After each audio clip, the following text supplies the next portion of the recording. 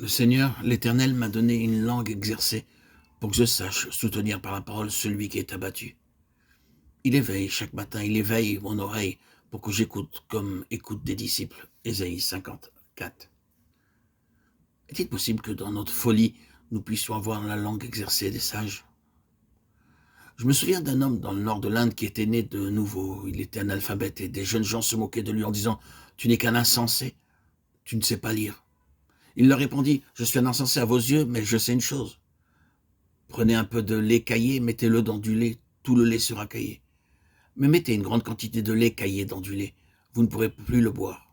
De même, votre grand savoir et votre profonde connaissance de la géographie, de l'histoire, des sciences, ne vous serviront de rien en matière spirituelle. » Et d'autre part, toute sagesse humaine est folie devant Dieu. Beaucoup de gens venaient voir cet analphabète pour la prière. D'apparence extérieure insensée, il disposait néanmoins de la langue des sages. Quand vous priez, dites la chose suivante, Seigneur, donne-moi la langue des sages. Et il le fera. Dites-lui, Seigneur, donne-moi un message pour une âme. Proclamez par la foi les promesses de Matthieu 10, 20, Luc 12, 12, Luc 21, 15, Actes 6, 10. Et il vous donnera les paroles appropriées pour vos amis, vos ennemis. Il éveille chaque matin. Le Seigneur nous réveille sans sonnerie. Dites-lui, Seigneur, réveille-moi à telle heure et donne-moi un message pour ce jour. Vous serez étonné de voir comment le Seigneur vous réveille et vous prépare pour toute la journée. Voilà notre privilège. Vous pouvez lui dire, Seigneur, je n'ai pas de réveil matin pour me réveiller le matin et me préparer ainsi pour la journée. Chacun d'entre nous peut et devrait lui parler de bon matin et jouir de sa présence. Cela nous maintiendra frais et dispos pendant toute la journée. Beaucoup de gens ne respectent pas la prière matinale. Ils gaspillent leur temps. Dès votre lever, mettez-vous à genoux, recevez le message du Seigneur et dites auprès de votre lit, « Oh Seigneur, enseigne-moi, parle-moi. » Dès votre lever, demandez-lui, « Donne-moi ta parole pour mes ennemis, mes amis, mes maîtres, mes collègues. » C'est ainsi que nous jouissons de notre salut et que nous devenons davantage utiles à Dieu. Seigneur Jésus, je suis ta propriété, ta possession. Prends mon fardeau, prends ma responsabilité. Je t'offre, Seigneur, ma vie entière, dès mon lever. Je t'offre mes prières, mes œuvres, mes souffrances. Je t'offre toute cette journée à venir, en réparation de mes péchés. Seigneur, tu t'es immolé pour moi, et tu t'immoles continuellement pour moi sur l'autel. Fais de moi, Seigneur Jésus, ton instrument, celui que tu as élu, choisi, pour faire ta sainte volonté. Oh Seigneur Jésus, que je puisse devenir le vase entre les mains du potier, un vase parfait, un instrument qui puisse faire et proclamer ce que tu attendais de moi. Oh Seigneur, enrichis-moi de la vision, afin de connaître ma vocation, jour après jour, et dans ce cheminement de sainteté, poursuivre la route. Je l'accepte, Seigneur, je l'accepte.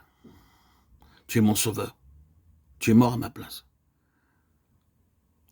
et tu es ressuscité pour notre justification. Ta vie s'est répandue en moi.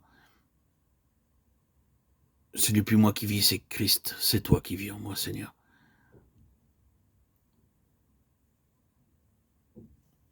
J'ai été frappé le 26 septembre 2019 par cette introduction du Saint-Esprit qui est venu en moi le jour de mon baptême au lac de ma ville.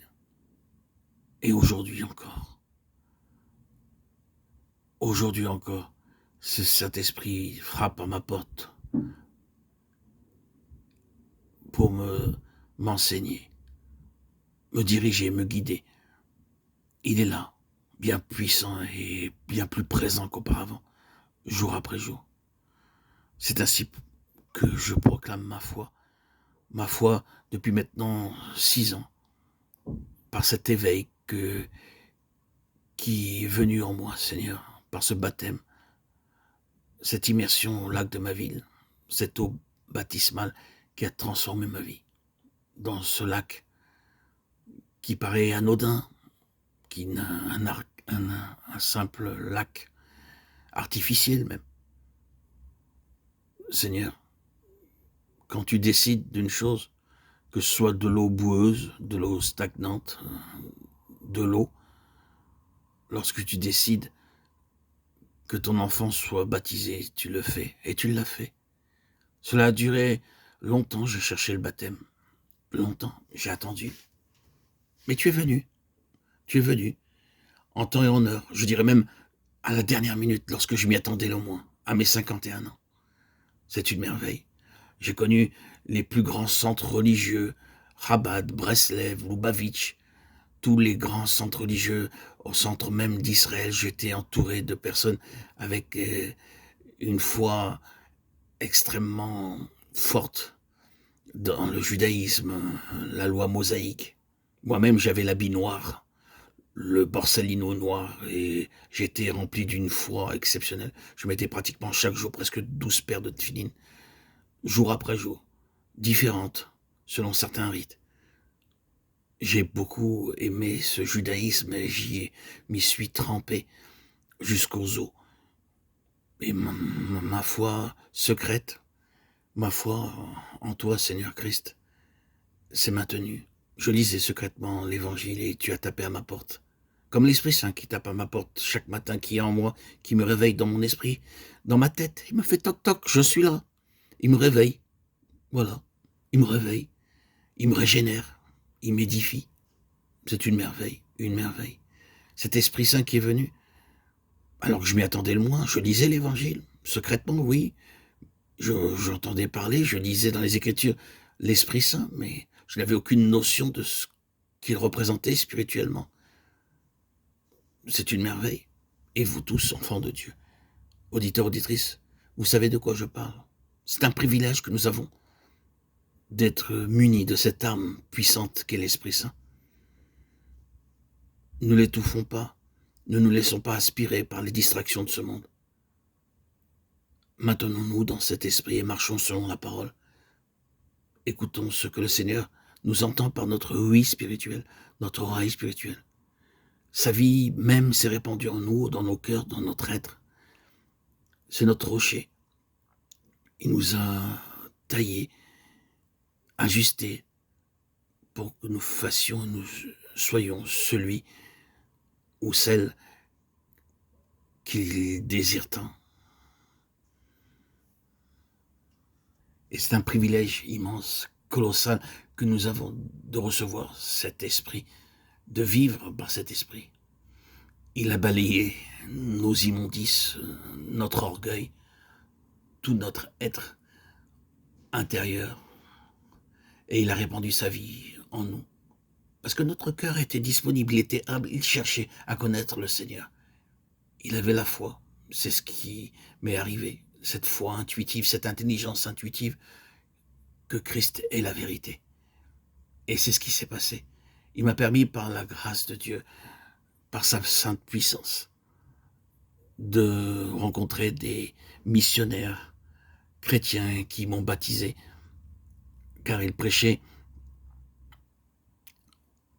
le baptême immédiat pour tout celui qui croit, sans faire de catéchisme, d'enseignement qui dure 1 an, 2 ans. Celui qui a la foi est baptisé automatiquement. Et c'est ce qui s'est passé. Et cette foi n'a fait que grandir, aujourd'hui encore, 6 ans après. Elle ne fait que grandir. Cet Esprit Saint est florissant en moi. Il agit, il est puissant. Gloire à Dieu. Gloire à Dieu. Gloire à Dieu au plus haut des cieux. Et paix sur la terre aux hommes qu'il aime. À toi, Seigneur, tout honneur et toute gloire pour les siècles des siècles. Amen. Alléluia. Alléluia.